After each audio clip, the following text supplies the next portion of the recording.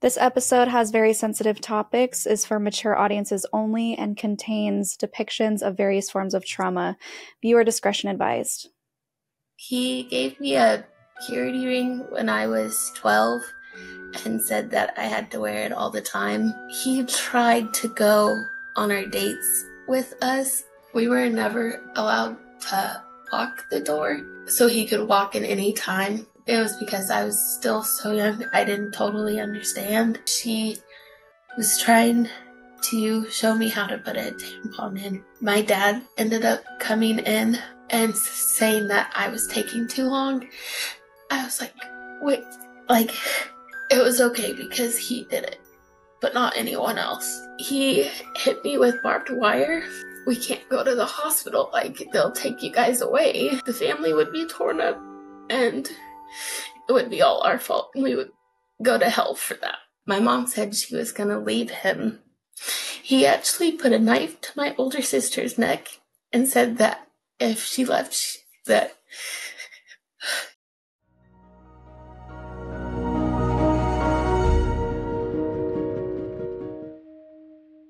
Hey, my name is Shalise Ansola, and this is Cults to Consciousness, where we discuss leaving high-demand religions or organizations and finding healing and independence through awareness and true individual sovereignty.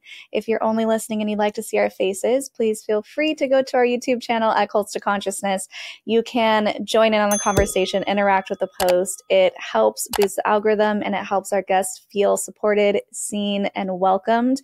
Remember, they're real people telling their stories, so we're so grateful to have them come on and share with us. We do have a sister channel that we created, Cults to Consciousness Clips. If you are interested in short form content that's about 8 to 10 minutes, we're pulling from previous episodes that you may have missed. You can check that out. Today's guest, she reached out through our Jot form, which is a link in our About section. If you're ever interested in being on the show, that's the best way to contact us, and it helps us keep all of our potential guests in one place. We do get a lot of submissions, so please don't feel bad if we don't respond. There are just so many to go through, but we really appreciate hearing your stories and you guys also being willing to share. So today we're talking about what it is like growing up in a cult-like environment within an immediate family situation. So her father really exhibited the signs of narcissistic personality disorder, was extremely abusive. We'll talk about all of the ways in which he ran the family like a cult, including pulling different things from lots of different religions and claiming his version was the one true version. So we have a lot to get into. Thank you so much for joining us, Kalia Watson. Hi. It's nice to be here. Yeah, thank you for joining us. I will be totally transparent and honest. When I watched your submission video, I legit cried like a little child. I think there was just so much that touched me about it, and I'm just so appreciative to you for being willing to come on and share these stories, because I know it can be difficult, and I know I'm also coming from a place within my own experiences that are similar to yours, and so I am going to give myself grace going through the interview as well. I just really appreciate you coming on and sharing, so thank you. Thank you, Shalise. It means a lot. I was definitely nervous about coming on, but I feel like I'm at a point now where it's important to share my story so it helps others who might be in similar situations know that there is life outside. Yeah, and you have the cutest little fur baby that's like, here, Mom, let me help you. Mine is laying down. He used to lay on my lap when I would get in nervous situations. He might come up because sometimes he can sense when I'm feeling a little off, but it's fine. We love fur babies on the show. So let's get into your family dynamic. So let's talk about how many siblings you have and where you were raised. There's 6 of us total. My older sister, and then I have 4 younger siblings. Okay.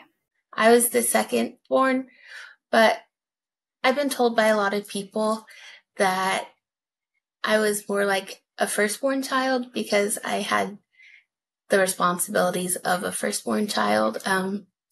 My older sister was actually born dead, and they had to resuscitate her, and she's had a lot of medical problems since. So my mom was always at doctor's offices or hospitals with her. So as my mom and dad had more kids, the responsibility fell on me to help raise them because my dad was always working to provide for us. Okay. All right. So, with your family dynamic, let's talk about your dad and his beliefs. As far as you remember them, maybe the earliest memories you have of him kind of pressing these religious beliefs on you. Well, I guess the first time would have to be when I was 6.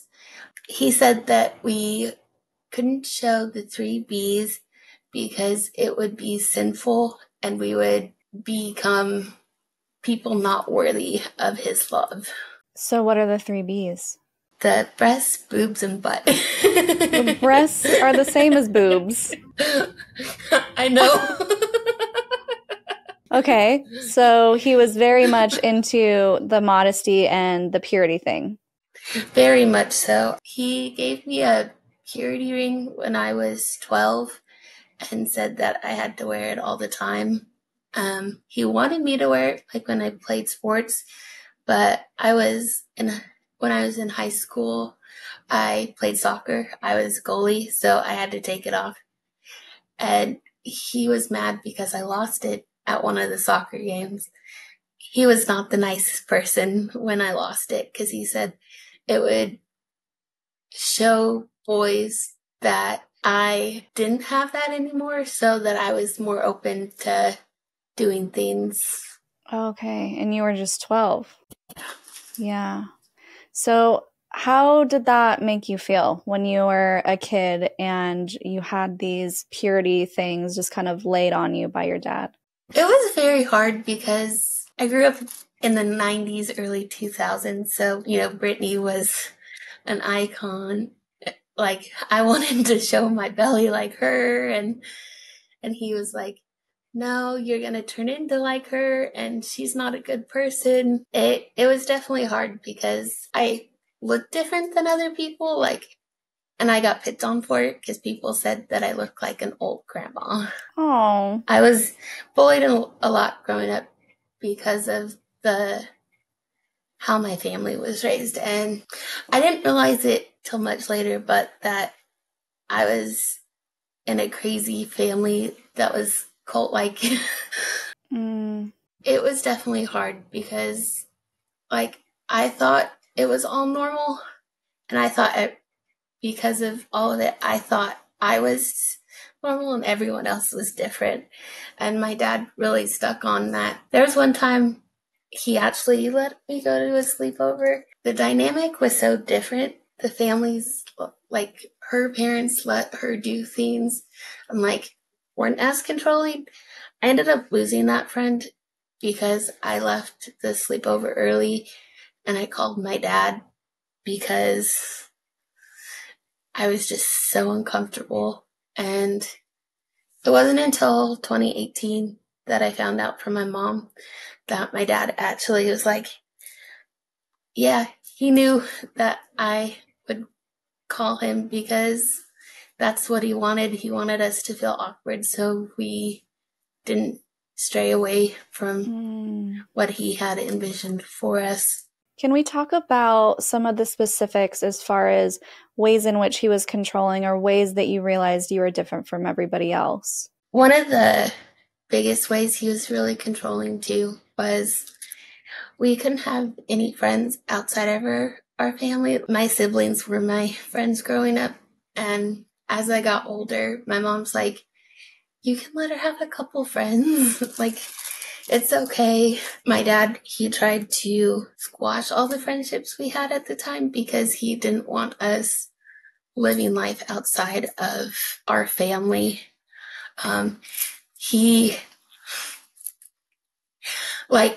Growing up,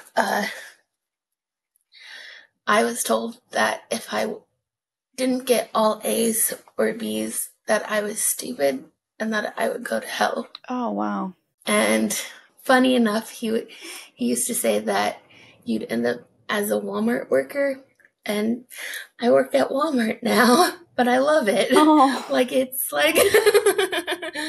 But he had me so terrified growing up There was one time in high school, I forgot a project that I had for Spanish class. It was like third period, and my first period teacher at the time was my cross country coach. So I was closer with him, and I broke down crying, saying that I was stupid. I was going to go to Walmart for not having it. He ended up talking to my Spanish teacher for me because he's like, she's too stressed. Let her bring it later. Wow, so I'm surprised your dad actually allowed you to go to school. We were homeschooled for the longest. Elementary school, we flip-flopped from a couple of different elementary schools. But then middle school, I was homeschooled for most of middle school, 6th, 7th grade. But my older sister became legally blind, so she had to go to a public school so she could get more of a support that she needed. I asked, well, since she's going for high school, can I go for 8th grade and middle school? And then after that, my mom was just like, it's easier not having them in the house. After my older sister and I graduated, they went back to being homeschooled. The youngest two siblings, they're not where they should be. He doesn't make them do homework. He doesn't enforce them to do things. Like my youngest sister, she's 17 now. She has dyslexia. My mom thought my dad, she got it from my dad, but my dad never wanted to admit that, so he never got her tested or any help. So she's just barely reading at about a 3rd grade level. So the type of homeschooling, did they use a specific program? Did you feel like you were getting any sort of education through the homeschooling program? When I was in the homeschooling, my mom used an online academy. There was more structure. They were still the teachers, but there was other teachers who gave assignments and stuff. So I had a little more structure when I was in the homeschool. Mm-hmm. My youngest two siblings, they are in a Christian private school homeschool program where the parents make up their whole program. My dad had my mom do everything for them so that they could just keep moving on grades so they didn't have to do the work. Yeah, that's not a good idea. No, it's not. He's 22 now. He went into that program and finished his schooling there. And my mom even had to do his because he didn't want to do it. And my dad didn't make him do it. Yeah. Let's talk about the different religious beliefs that kind of culminated into what he believed was the one true way. My dad, he had a mix of I didn't know what the IBLP was until the Shiny Happy People documentary came out. My dad loved the Duggars show growing up. He made us watch it and he was like, yeah, you need to do that. He wanted us to wear skirts that weren't above the knee. He tried to go on our dates with us. I was ever only allowed to date once until I turned 18, and he tried to go on the dates with me, and one of the time was to a high school dance, and my mom was like, no, you can't. He drove and waited there for me. He really loved Mormonism. My 22-year-old brother, I don't remember how he got the book, but my dad, I think he gave him the Book of Mormon. My younger brother read it when he was 7, and he still has it to this day. He loves it. After seeing your channel too, I'm like, that's not good. I mean, the book itself is fine. It's just kind of I couldn't even read it as an adult. It's just a lot of word salad. I don't think the book itself is harmful. I think it's the ideas that the religion perpetuates that create the harm. But so your dad was pulling from Mormonism. He was pulling from, it sounds like, fundamentalist evangelical Christianity. Yes. And was he pulling from anything else? The FLDS. He loved having our hairs long. We could cut it. I was in 1st grade and it made my mom cry, but I took scissors to my own hair and cut my own hair and gave myself bangs, and I hid my hair under the kitchen sink. And he didn't like that, but I was like, hey, you wouldn't let me get it, so I gave it to myself. After that, they hid the scissors from me for a while, though. We couldn't use profanity growing up either, even though, like, they would cuss a lot. I've often had, growing up, I had to eat a dog bone if we cuss, or they put in soap in my mouth to wash out my mouth with soap. Wow. Yeah. And going back to the growing the hair, like my older sister, she wanted to cut it really bad a couple of years ago. My mom, as time went on and she wanted to get away from him, she let us start cutting our hair more, or like I only ever got trims because I knew cutting it would make him mad. My grandma, my mom's mom, sent me a picture of my older sister, and like she has super long hair now, and it looks like the FLDS way. It's saddening because we watched Escaping Polygamy a lot, like when it first came out. My mom was like, oh, there's a lot of similarities, and it's sad looking at it all now after being out and seeing, like, I can say a cuss word, right? Yes. But, like, damn, I was in a cult. My dad also tried to have polygamy. He really tried to get other spouses, but my mom was like, you do that and, like, we're done. I'm taking the kids. But he was very abusive every time my mom tried to leave with us. Starting at age 3 with me, my mom tried to leave way back then. I didn't find this out until about 2018. After I had a brain injury, my mom and I got a lot closer, and she started talking to me more about things. She told me I was 3, my older sister was 4. And my mom said she was going to leave him. And he actually put a knife to my older sister's neck and said that if she left, that he was going to slice her neck. Oh my gosh. And then mine. And so my mom stayed because, I mean, she didn't want that to happen. Oh wow. And finding out about that was really heartbreaking because, like, it just got progressively worse, and I tried to help her get out, but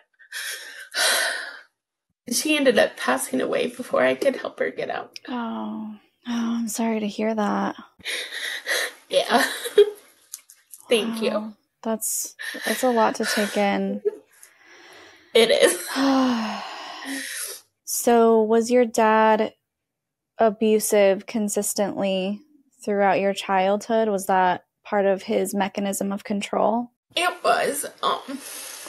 There were some times he didn't hit us, but, like, he punched a wall when he got mad, and we all knew, like, we had to straighten up, because if we didn't, then it would get worse. I was 12 when he hit me with barbed wire, like, and it got caught in my skin, and my mom had to pull it out and clean it because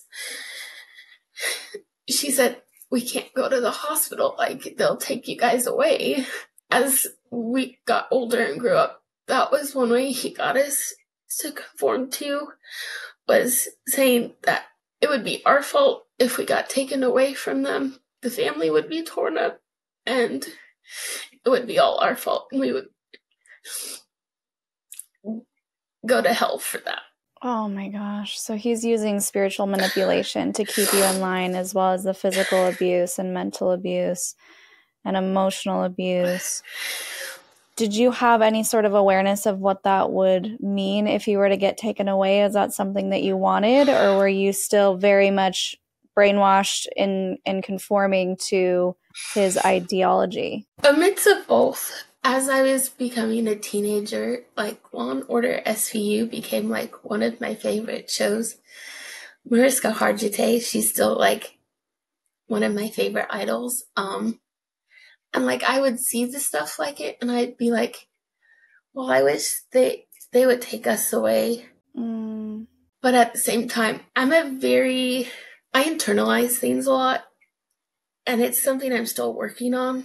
Every time you would say that it would be my fault, that I would be the reason for breaking up the family, it just made me feel like such a shitty person that I would just be like, I'm sorry. Like, just tell me what to do. I mean, I didn't want to be the reason that we all got separated. Yeah.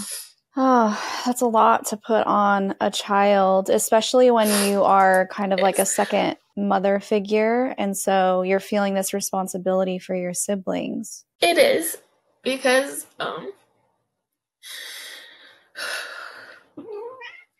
I tried everything I could to protect my younger siblings. Like, if they did something wrong, I would let him take it out on me because I didn't want him hurting them. And it's hard. My siblings are still in there, all of them, and like they don't want anything to do with me. And that makes it a lot hard because it's like sometimes my brain goes back to that like I broke up the family because they don't want anything to do with me. Oh, wow. I hope you know in your mind, it's hard to convince your heart, but I hope you know that it's okay that you left and you did what was best for you and that you were trying to survive. And I know it feels like it's your responsibility and there's nothing that I can say that's going to make you believe otherwise, but doing what's best for you, putting your mask on first is probably the best thing that you could do for them and potentially be that landing space for them if they do ever choose to leave themselves. That's something that I've come to realize. It's been really hard the past 2 years coming to that realization. Although, like, I still have bad thoughts some days, it's easier to just try and think that at least if they get out, I'll be there for them so they don't have to go through all the stuff that I went through. Mm-hmm. And at least they'll have support. Yeah. On the outside. Yeah. How are you feeling? Do you want to take a little break? Is that okay? Yeah. Yeah, we'll take a little break. Take as long as you need. Okay. How are you feeling? Better. Okay. I know it's a lot. Like, it's basically like therapy and it's draining. And it is. I get it. I don't want to dig too much if it's a lot for you. Yeah. I want to make sure that you get out the things that you want to get out, you know? Yeah. Are there stories that you're hoping to tell, that you're hoping to get out? There's a couple different ones that I'd really like to share. They still bring up a lot of emotions sometimes. Yeah, of course. Growing up, I thought I was a daddy's girl because he had me so close to him. One of the ways was definitely fear. He caused a lot of fear. Like, it seems silly now, but he caused me to have a fear of squirrels and geese. Because I was 14 at the time. I found out later that he was the one who threw trash at me, but there was a squirrel in us behind the tree, and he came up behind me and threw it at me, but then he said it was a squirrel, and so I've been dead terrified of squirrels ever since. And then geese, he got them really mad at me one time and made it start chasing me.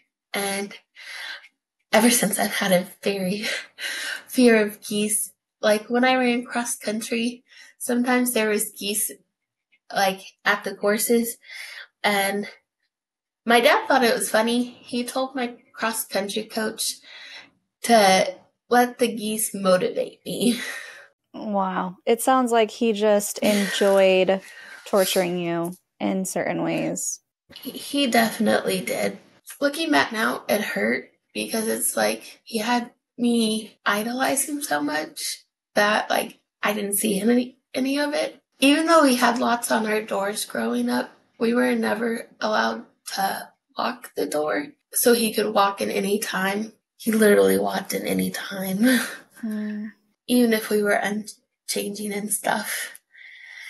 I don't know if this is like too much for the channel, so, but like there were times that like, especially after I became very developed, he said, help me put on my bra, and he would like reach in and grab it to like straighten it up for me so it looked better. At the time, I thought that was normal because it was like, oh, he's just caring about me, caring about how I look. I didn't realize that, that's not normal and a dad shouldn't do that. Yeah. And growing up, they always told us that it wasn't okay if people touched us that way, but that in the same time, I don't know if he did it with anyone else, but he would touch me in places that you're not supposed to. There's another time that really shows his control over me. When I got my first period, I was 11, and this incident was like a couple months after we were going on a vacation. I just so happened to get my period when we were on vacation. It was the summer, and the hotel we were staying at had a swimming pool. My mom, she was like, well, I was like, I can't go swimming. I'm on my period. And my mom's like, well, there's things like you can do so you can go swimming. So she was trying to show me how to put a tampon in. And it was taking a while. And I guess it was because I was still so young, I didn't totally understand. My dad ended up coming in and saying that I was taking too long. And he just shoved it in me, like put his hand in there. And I was like, wait, like, I knew at the time that was wrong, but I was told that I would break up the family, that I would be the reason my parents go to jail, that I could never tell anyone because that's not something that I was supposed to share. That wasn't normal, and that wasn't okay for him to do. And I didn't know that. The way they made it seem was like it was normal for that to happen, but not normal. It was okay because he did it, but not anyone else. That's so confusing. And your mom knew that this was going on? Yeah, she was still in the bathroom. Oh, they were both in there. And she just let him do it. And she just said that I had to be quiet about it. Oh, wow. Yeah.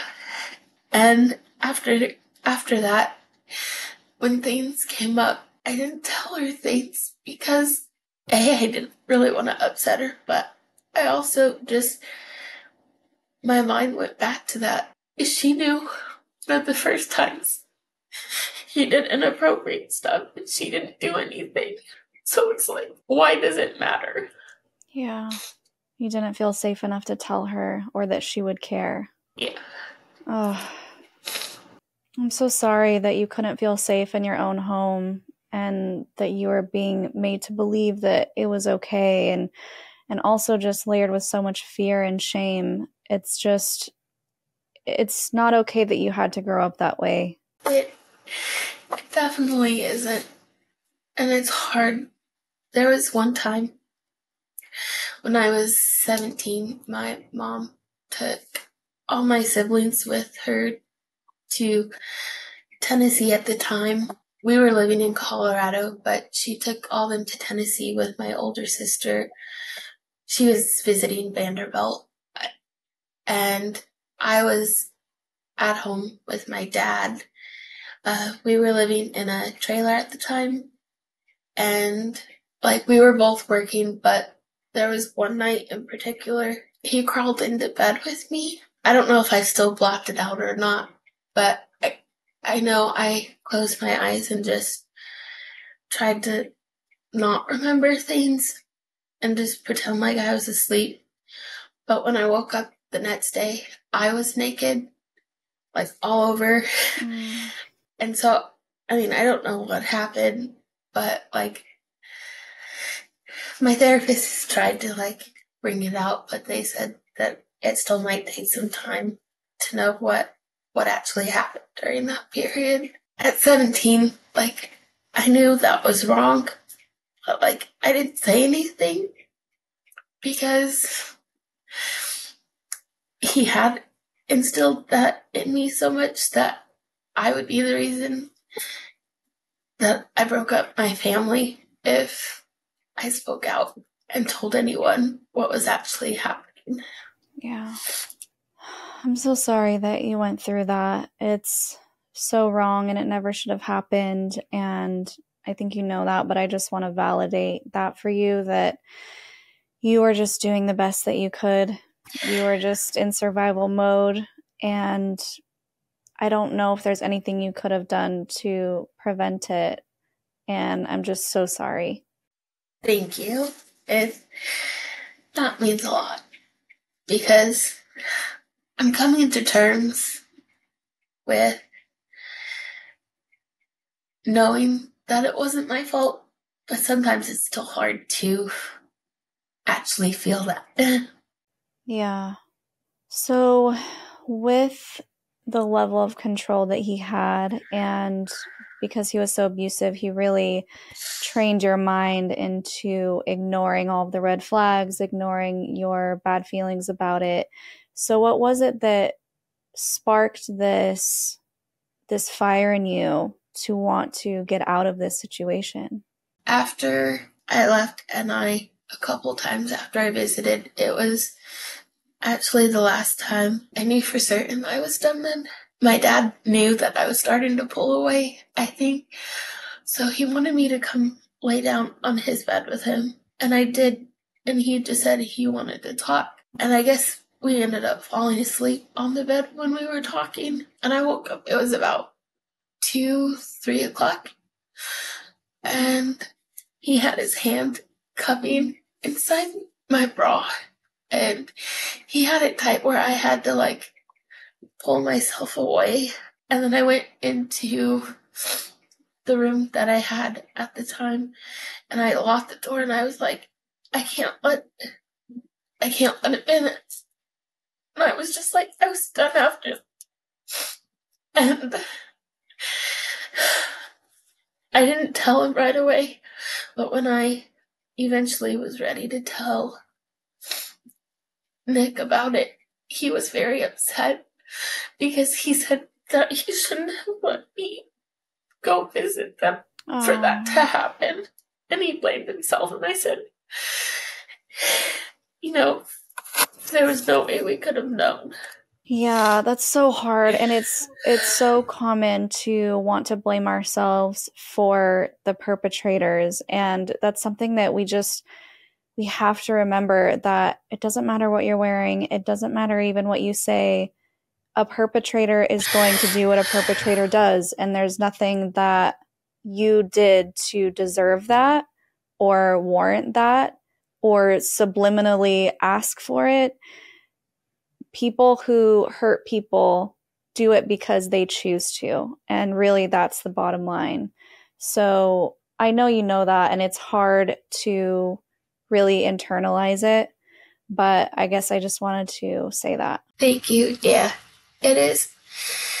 It is hard. And that's been one of the things that I've really worked on so far in my deconstruction. I've had certain family members, either on my mom's side or my dad's side, who have reached out and asked, like, why I left. And I said, I'll tell you, but it's just like, just for you. And so I tell them, and they're like, well, we knew something was wrong. We knew, like he wasn't a good person, or we suspected it. And it's like, well, why didn't you say something? Like, why didn't you get out and speak? And like, when I eventually told my therapist about everything, because of my younger siblings that are still underage, she said she wanted to report it to try to protect them, because when I left, it was right around the age, my younger sister was right around the age that he started things with me. And she's like, we gotta try to protect her. But they didn't do anything either. So it was just like, honestly, I just kind of felt hopeless there for a little while, because I was like, well, even if me speaking out doesn't help them, why do it? And realizing that it's okay to still speak out. And even if it doesn't help them leave totally, one day maybe they'll see this, or I'll help someone else. And that's just as meaningful to me, I guess, because it's like, no one should have to go through what I went through. I want people to know it's okay not believe, and to leave and just be yourself. Like, life is so much better. Yeah. You're saying you went to the police and they didn't do anything? Yeah, they didn't do anything. I almost had to get a restraining order against my dad after I got out, because he threatened to come pull me out by my hair and drag me back home. Nick's parents, they were so sweet. They were just like, well, we'll protect you. Like, he's not going to pull you out. But, my therapist told me to, call the police and to tell them. And, I called and talked to them, too, and they were like, well, we can just have people patrolling and get him if he comes by. But, there's nothing we can really do.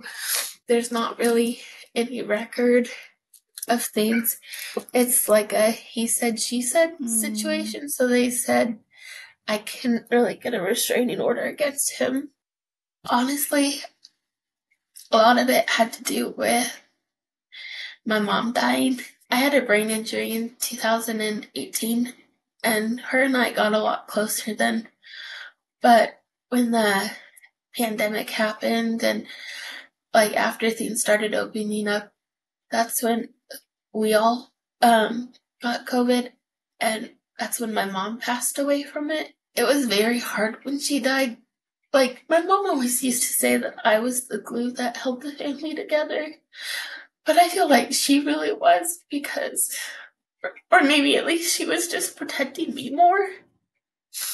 Because after she died, everyone, even my siblings, would come at me and make things my fault. My lovely Nana, she ended up coming to live with us. She was 95 at the time. And after my mom died, I became her primary caregiver. And it took about a year after my mom died, and me spending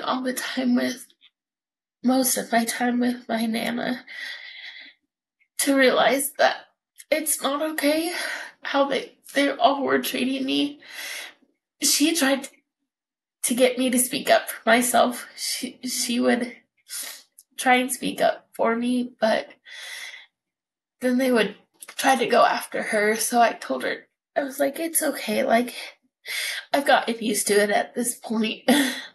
And she told me, look, kiddo, you should have had to get used to that. And I told her, I know, but it's hard. And I don't know if it was my mom But like a year after she died to the day, I was like, I'm gonna start dating and just seeing what's on the outside. And that's when like I made a dating profile on Tinder and stuff. And my now husband reached out to me, and him and I started talking.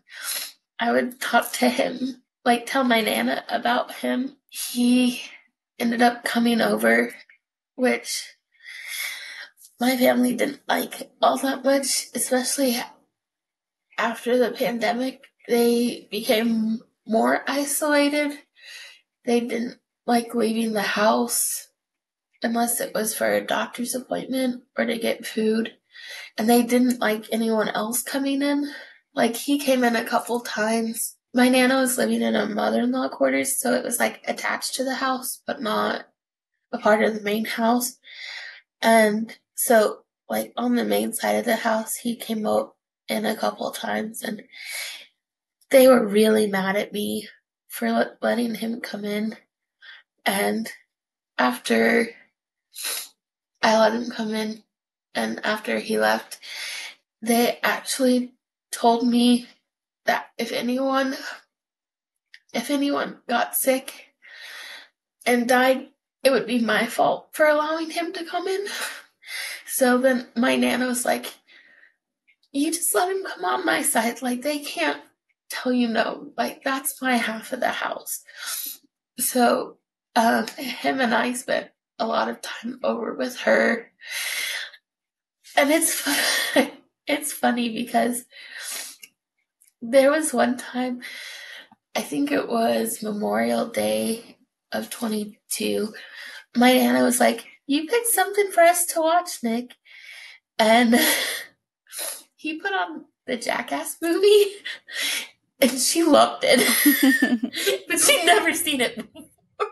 Anytime I would take her to the doctors, especially if it was a couple hours away in the area he lived in, the town he lived in, like, we would go out to lunch and stuff, and I'm sorry, she told me that it was it was okay that I left her because I needed to create a life for myself. And I had a good man with me, and she knew that I would be okay. She tried to meet his mom one time, but then his mom was out and about, but they talked on the phone a lot. She told me that she knew that I was in good hands with his family and him because they were actually people who cared about me and would treat me how I should have always been treated. Mm-hmm. Nick, he ended up helping me find a job, which I hadn't had since my brain injury. And so I used that as an excuse for leaving. I was like, part of me feels bad, but not. Like, I lied to them and was like, oh, I'll come back and visit. I'm just going to move up there with him so it's closer to work. So I didn't have to drive 30 minutes. I went back a couple times after that, after I moved out. It was so freeing. On her deathbed, my Nana, like, I quit coming a while before she died, but she told me that she was proud of me.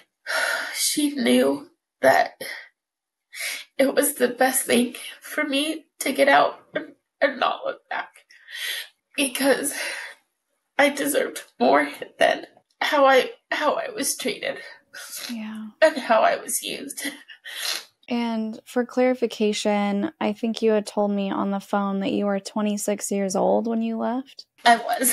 Yeah. So I guess I wanted to point that out because I want people to understand that you're not a child or a teenager trying to get out of the house. You are a 26-year-old woman who is still being confined and isolated and perpetually abused. And yes, you did and do deserve more. And I'm so glad that you decided to take that leap, even though I can't imagine how difficult it would have been to leave your grandma behind and start a new life. So once you got a job and you were kind of out in the world and with someone who loved and cared about you, how was it acclimating?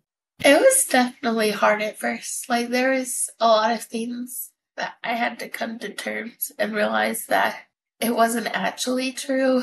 I wasn't gonna go to hell for cutting my hair and wearing makeup, wearing what they called slutty underwear. It was okay to find myself and, like, that it was normal for people to do that and not for people to be told who you should be and how you should act. I'm like that I can find and do things that I've always wanted to do or wanted to try. Like, I tried marijuana for the first time, and oh, I would have gotten in so much trouble for doing it, but like, it's so freeing. And like, it's not as bad as they made it out to be. I don't know. I guess I feel like I'm still a good person, and that's not gonna make me damned for smoking a little pot.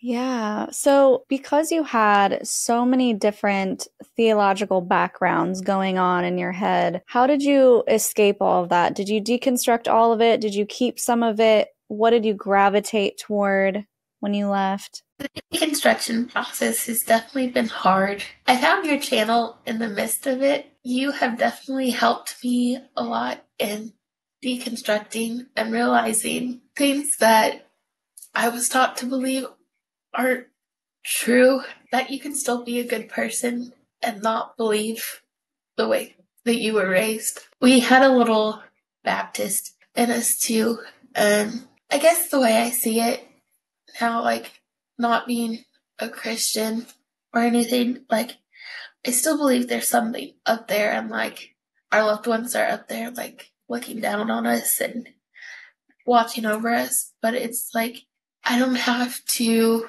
like read a Bible or believe in something. I can just know that there's something after. You can still be connected to people, even if it's spiritually. Like, one time we were living near a graveyard, and like, my older sister, I at the time, we were like trying to be like charmed. We were like doing spells and stuff. And they told us like we had to stop that. We would damn the whole house. My husband now is like letting me just find myself and like experience things that I've wanted to experience. Yeah, I don't think there's anything wrong with exploring and figuring out what resonates, and you know, you also only left a couple years ago. Things will probably change and shift, and that's great too. And if they don't, awesome. I think just allowing yourself that flexibility and realizing that when we come out of these high control groups, we tend to want to cling on to something else with that same intensity, and that you don't always have to. You can allow things to be a little bit more fluid, and you can allow things to contract and expand and grow and change, because eventually you're going to grow and change the more you deconstruct and the more you find yourself and come into yourself. And I love that you have this safe container to explore all of those things with your husband. You have that safety net if you need help, and you have a therapist who you can talk things through with. And I think all of that is so important, to have that group of safe people who you can bounce ideas off of and even say, hey, is this normal? I grew up this way, but I don't know what baseline is, or I'm trying to figure things out. So I'm just so proud of you for building that for yourself and taking care of yourself and your mental health needs, and just continuing to be a light. I mean, you're such a bright soul. It's just so beautiful to see you being you and laughing and smiling. And I love that you work at Walmart and enjoy your job. And you're like, hey, this is what I was afraid of. This is great, you know? Yes. Yeah. And I've actually met some really amazing people there. They become some of my best friends. And what I like to say too is like, I might not have what I had as family before, but I'm making new people and making my own family outside. And it feels good because like they're there for me. And like you said, I can go to them and be like, hey, is this normal? Like, Right. I mean, I haven't told them everything. They know that I'm coming on here and sharing, and they're excited for me and to get to know more. And it's just like they're there for me, even though I don't know. Sometimes I feel like I'm damaged goods, but No. even though I feel so broken, sometimes it's like I have people who care about me, and it means a lot. Yeah. People do care about you. And oh man, that's such a hard place to be in. I know that feeling where like, well, I'm just broken and I need to be fixed. I think shifting that perspective to I've been through hard things and I want to find peace is a better way of framing it, and not to say that let's just toxic positivity everything and just, like ignore it. Of Yeah. course, we need to feel the feelings, but just understanding that you're not broken, I think is really important because there's nothing wrong with you. You've been through hard things and now you are moving forward and you are going through it and you are working through it and you are understanding it now from new perspectives, and your therapist is helping you get there. And it's going to take time, but knowing that really it's just a journey to a more peaceful existence and a happier existence. And days are going to be hard and they're going to suck. And you're going to be like, I thought I was over this. And then you won't be. Like that happens to me all the time where I'm just like, damn it, I thought I was fine. But now I'm not. And that's okay too, knowing that it's not just going to be straight uphill. You're not just going to have like happiness and now you're never going to be sad again. It's going to be loop-de-loops and up and downs and roller coasters, and that's okay. And I think having those expectations will help it be a little bit easier, because I know that that's usually where a lot of pain stems from, right? Is having expectations that go unmet. So just knowing that it's going to be up and down and that's okay, and you're going to work through it. And I'm just so proud of you for doing that and for coming on and Thank sharing these things with us. I know you. it's hard. And I was like, are you sure? In your submission, I was like, are you sure? Are you sure you're ready to do this? So I'm proud of you for being willing, because I know it's hard.